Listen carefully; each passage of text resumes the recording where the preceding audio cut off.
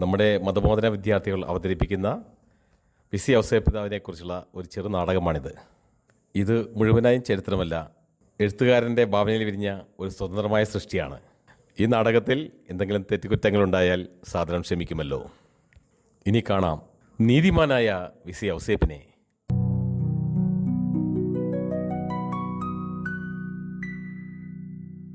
വർഷം 2020. കൊറോണ കാലഘട്ടം. ഒരു സാധാരണക്കാരൻ്റെ കുടുംബം. കൊറോണ ആയ കാരണം ക്ലാസ്സും ഇല്ല, സമയം പോകുന്നുമില്ല. ഇനി എന്തായാലും കുറച്ചേരം ഇൻസ്റ്റാഗ്രാം നോക്കിയിരിക്കാം.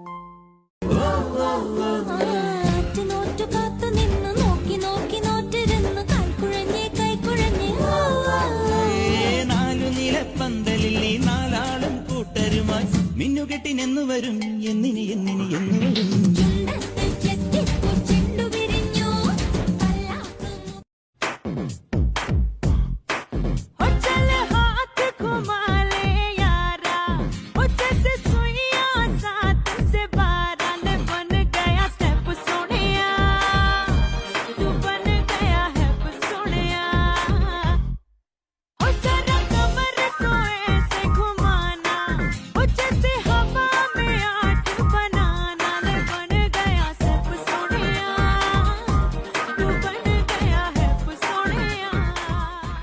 അടിപൊളി ഡാൻസ്.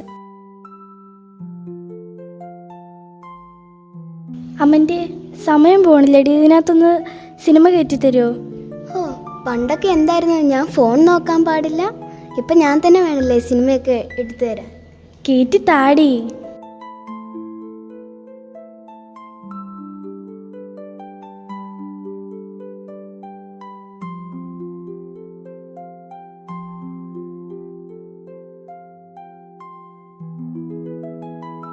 അമ്മയും മോളും ഫോൺ നോക്കിയിരുന്നോ? ഇവിടെ നടക്കണത് വല്ല അറിയണ്ട. നിങ്ങൾ എന്തിനാ ടെൻഷൻ അടിക്കുന്നത്? കൊറോണയും പ്രശ്നവും ഒക്കെ നമ്മളാണോ ഉണ്ടാക്കി വെച്ചത്? ഞാൻ എൻ്റെ എല്ലാ ജോലിയും കഴിഞ്ഞിട്ട് ഞാൻ ഇവിടെ വന്നിരിക്കുന്നത്. ഇവരോടൊന്നും പറഞ്ഞിട്ടൊരു കാര്യമില്ല. ഇനി ആരോട് പറയാൻ, ആര് കേൾക്കാൻ? എൻ്റെ ഔസപിതാവേ, ഔസപിതാവ് ഒരു കുടുംബത്തിൻ്റെ നാഥനായിരുന്നില്ലേ? ഔസപിതാവിന് മനസ്സിലാവില്ലേ എൻ്റെ വിഷമങ്ങൾ? ഔസപിതാവിനോടൊക്കെ പ്രാർത്ഥിച്ചിട്ടല്ലേ ഞാൻ ബിസിനസ് ആരംഭിച്ചത്. ബിസിനസ് അങ്ങോട്ട് തുടങ്ങി 2 മാസം കഴിഞ്ഞ് കൊറോണ വന്നു. എന്നിട്ടെന്തായി? എല്ലാം തകർന്നില്ലേ? ഇനി എങ്ങനെയാണ് ഞാൻ ലോണൊക്കെ തിരിച്ചടയ്ക്കുന്നത്? ഒരാളിത് ഫോൺ നോക്കിയിരിക്കണോ? ഇനി അവളുടെ പഠനമൊക്കെ എനിക്ക് ആലോചിച്ചിട്ട് ഒരു എത്തും പിടിയും കിട്ടണല്ലോ ഈശ്വര. ജപ്തി നോട്ടീസാണ് മേശപ്പുറത്തിരിക്കണേ. എന്തൊക്കെയാണോ ഇനി സംഭവിക്കാൻ പോണേ?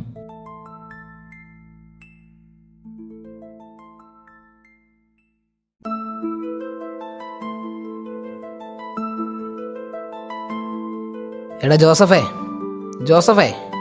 നിങ്ങളാരാ? ഞാൻ ഔസപിതാവാണെന്നേ, നിന്നൊന്ന് കാണാൻ വേണ്ടി വന്നാ. ശരിക്കും? നിന്റെ പ്രാർത്ഥന കേട്ടിട്ടേ എനിക്ക് വളരെ ഫീലായി, അത് കാരണം നിന്നെ കാണാൻ വേണ്ടി വന്നതാ.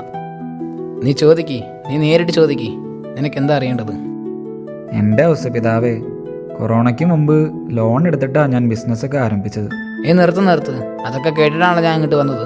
നിനക്കിനി വേറെ എന്തെങ്കിലും ചോദിക്കാനുണ്ടോ? എൻ്റെ ഔസപിതാവേ, ദൈവം അത്രയ്ക്കും നല്ലവനല്ല എന്നാണ് എനിക്ക് തോന്നുന്നത്. അതെന്താടാ നീ അങ്ങനെ പറഞ്ഞത്? ദൈവം അത്രയ്ക്കും നല്ലവനാണെങ്കിൽ ഇത്രയ്ക്ക് കഷ്ടപ്പാടുകളും ദുരിതങ്ങളൊക്കെ മനുഷ്യർക്ക് വരുമോ? ഇപ്പോൾ ഒരെണ്ണം കൊറോണ എന്ന് പറഞ്ഞ് വന്നിരിക്കുന്നു. എത്ര പാവങ്ങളാണ് മരിക്കണേ.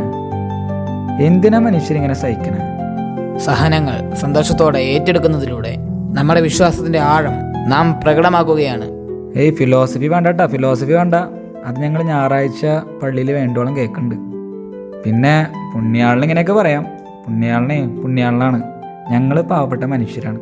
ഞങ്ങളുടെ കഷ്ടപ്പാടുകളെന്നും കഷ്ടപ്പാടുകൾ തന്നെയാണ്. നിന്റെ ചോദ്യങ്ങൾക്ക് നിന്നോട് ഞാൻ ഉത്തരം പറയുന്നില്ല, ഞാൻ നിനക്ക് കാണിച്ചു തരാം. ഇതിപ്പോൾ 2020 അല്ലേ? 1995 കുറച്ചേ. അതിപ്പോ 2020 1995 കുറച്ചാൽ കണക്കൂട്ട അറിയില്ല അല്ലേ? AD 25, അതായത് യേശുവായിക്ക് 28 വയസ്സ് പ്രായം. അത് പാറ യേശുവാ? അതായത് ഹീബ്രു ഭാഷയിൽ ഈശോയ്ക്ക് യേശുവ എന്നാണ് പറയുന്നത്. അങ്ങനെ കേട്ടിട്ടുണ്ട്. പള്ളിയിൽ പ്രസംഗത്തിൽ കേട്ടിട്ടുണ്ട് ഞാൻ. അപ്പോൾ AD 25.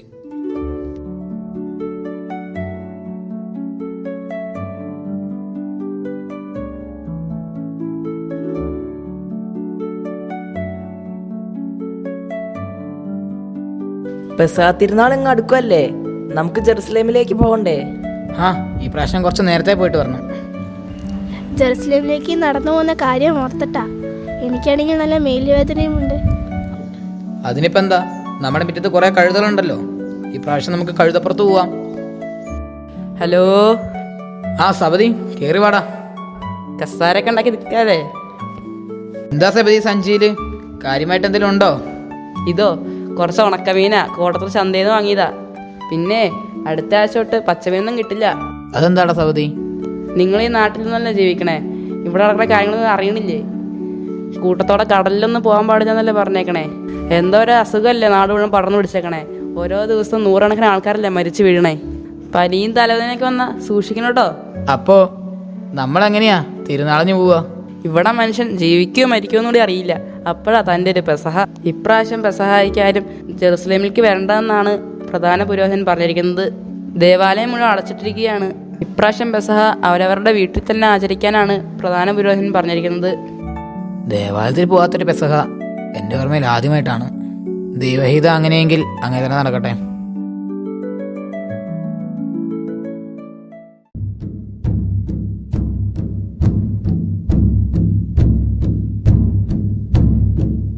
ഇരുപത്തഞ്ചാം റോമൻ വർഷം ഏപ്രിൽ മാസം 8-ാം തീയതി റോമ സാമ്രാജ്യത്തിന്റെ മുഴുവൻ അധിപതിയായ സീസർ ചക്രവർത്തി പുറപ്പെടുവിക്കുന്ന കൽപ്പന.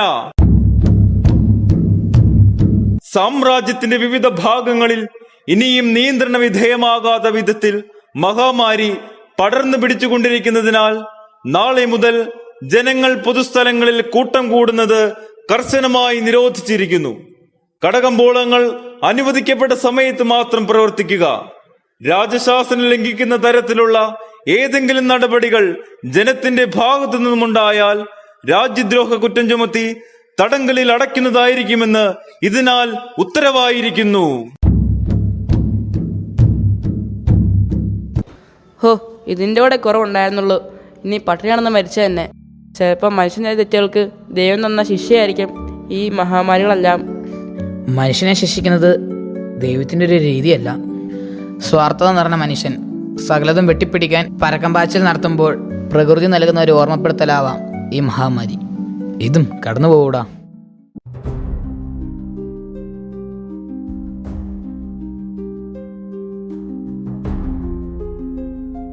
എടാ മുത്തായി, ആ പട്ടിക എടുത്ത് ഇവരുടെ കണക്കൊന്ന് വായിച്ചേ. അത്യുന്നത റോമ ചക്രവർത്തി സീസറിന്റെ മുമ്പാകെ സമർപ്പിക്കേണ്ട വരുമാന ചുങ്കം 2000 ദനാറ. അയ്യോ യജമാനനെ, 2000 കുറച്ച് കൂടുതലല്ലേ? കഴിഞ്ഞ പ്രാവശ്യം 500 ദനാറായല്ലേ ഉണ്ടായിരുന്നുള്ളൂ. അതിനെന്താ, മോൻ അപ്പനെക്കാട്ടിലും മിടുക്കനാണെന്നാണ് നാട്ടുവർത്താനം. ഇരട്ടി വരുമാനമല്ലേ, അപ്പോൾ ചുങ്കവും ഇരട്ടി തരണം. ഈ മഹാമാരി കാരണം ഉണ്ടാക്കിയ സാധനങ്ങൾ പോലും വിറ്റഴിക്കാൻ പറ്റുന്നില്ല. പൈസ ലഭിക്കാൻ ഒരു മാർഗവും ഇല്ല. അതൊന്നും എനിക്കറിയണ്ട. എന്നെ പിണക്കിയാൽ അതിന്റെ ഭവിഷ്യത്ത് എന്താന്ന് നിനക്കറിയാലോ. ചക്രവർത്തിയോടാണ് കളിയെന്ന് ഓർമ്മ വേണം. ഇത് മുഴുവനും ഉണ്ടല്ലോ അല്ലേ? ഇത് ഞാൻ എണ്ണി നോക്കുന്നില്ല. എവിടെ നോക്കിയാ പനി വരുന്നേന്ന് അറിയില്ലല്ലോ. വരട്ടെ ജോസഫ്. ഓ, ഒരു സഖേ, ജനത്തിന്റെ ചോര പിടിക്കുന്ന അട്ടയാണവൻ. വെറുതെ അല്ല ഒരു കുള്ളനായി പോയത്. അങ്ങനെ പറയരുത് സബതി. സീസറിന് കൊടുക്കേണ്ടത് കൊടുത്തല്ലേ പറ്റൂ. ഈ മഹാമാരിയുടെ സമയത്ത് ഇങ്ങനെയൊക്കെ കഴുത്തിറക്കുന്നത് ശരിയാണോ ജോസഫേ? ഞാൻ എൻ്റെ സങ്കടം കൊണ്ട് പറഞ്ഞു പോയതാടാ. ശരി ജോസഫേ, ഞാൻ ഇറങ്ങട്ടെ.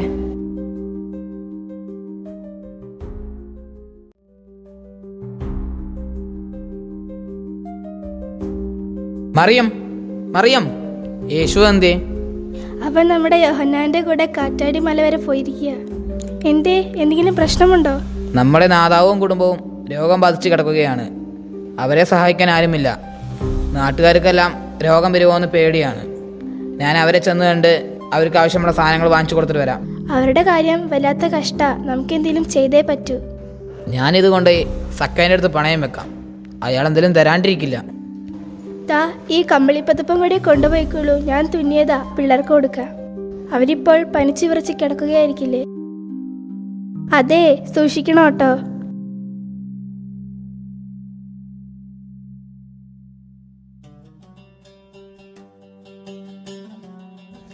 വൈകുന്നേരത്തിന് മുമ്പായി ഈ ജനാലയുടെ പണി തീർക്കണം. നല്ല ചുമയുണ്ടല്ലോ, അല്പം വിശ്രമിച്ചിട്ട് പണിതാൽ പോരെ?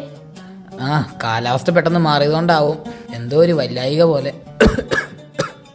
മേല് നല്ല വേദനയുണ്ട്. മതി മതി, അല്പനേരം വിശ്രമിച്ചിട്ട് പണിതാൽ മതി. നീ പറഞ്ഞത് ശരിയാ, അല്പനേരം വിശ്രമിച്ചിട്ട് മതി ഇനി. അപ്പാ അപ്പാ, നമ്മുടെ നാദാമും കുടുംബവും അവര് പോയി.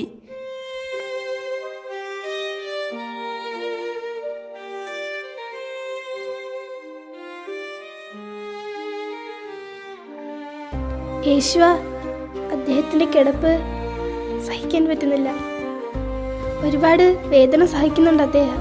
എനിക്കറിയാം അമ്മ, അപ്പൻ എത്രമാത്രം സഹിക്കുന്നുണ്ടെന്ന്. ആ മുഖത്തു നിന്ന് എനിക്കത് വായിച്ചെടുക്കാം. ചില യാഥാർത്ഥ്യങ്ങൾ, അവയെ നമുക്ക് ഒഴിവാക്കാൻ പറ്റുമോ? എല്ലാവരെയും സ്വന്തമായി കണ്ട് സ്നേഹിച്ച മനുഷ്യനല്ലേ അദ്ദേഹം. ആ മനുഷ്യനെ നിനക്കൊന്ന് രക്ഷിച്ചൂടെ? നീതിമാന്റെ സഹനങ്ങൾക്ക് വളരെയേറെ അർത്ഥമുണ്ടെന്നും ദൈവീക രഹസ്യങ്ങൾ മനുഷ്യബുദ്ധിക്ക് പലപ്പോഴും അഗ്രാഹ്യമാണെന്നും ജോബിന്റെ കഥയിലൂടെ അമ്മ എന്നെ പഠിപ്പിച്ചത് മറന്നുപോയോ?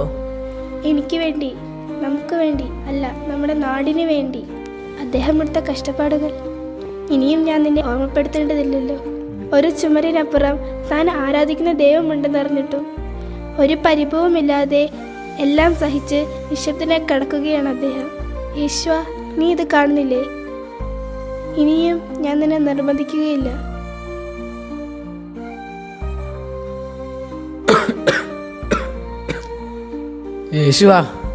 യേശുവാ, അമ്മയെ ഞാൻ നിന്റെ കൈകളിൽ ഏൽപ്പിക്കുകയാടാ.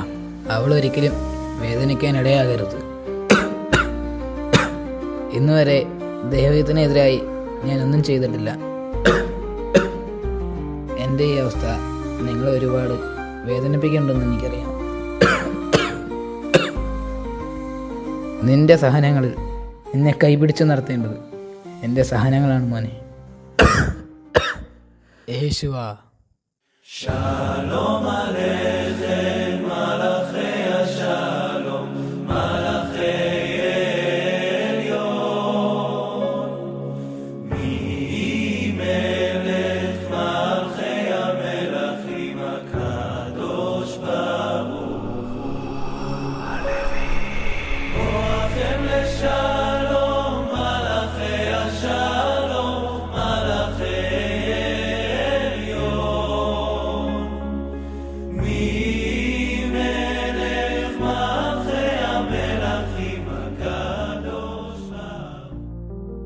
കണ്ടില്ലേ ജോസഫേ, സഹനങ്ങളൊക്കെ എല്ലാവരുടെ ജീവിതത്തിലും ഉണ്ട്.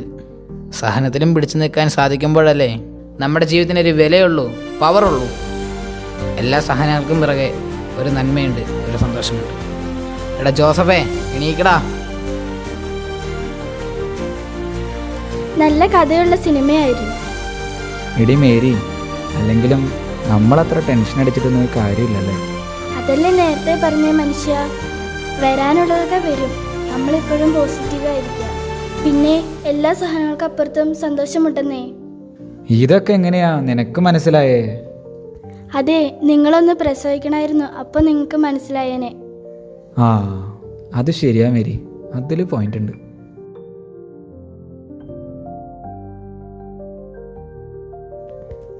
എന്താ അപ്പാ? നീ കുറേ നേരമായല്ലോ മൊബൈലിൽ തോണ്ടിക്കൊണ്ടിരിക്കണത്. ഇതൊക്കെ എന്നെ കൂടെ ഒന്ന് പഠിപ്പിക്കോ? ഇത് ഇൻസ്റ്റാഗ്രാമാ അപ്പാ. ഈ കിലോഗ്രാം എന്ന് പറയണ പോലെയാണോ ഇൻസ്റ്റാഗ്രാമും?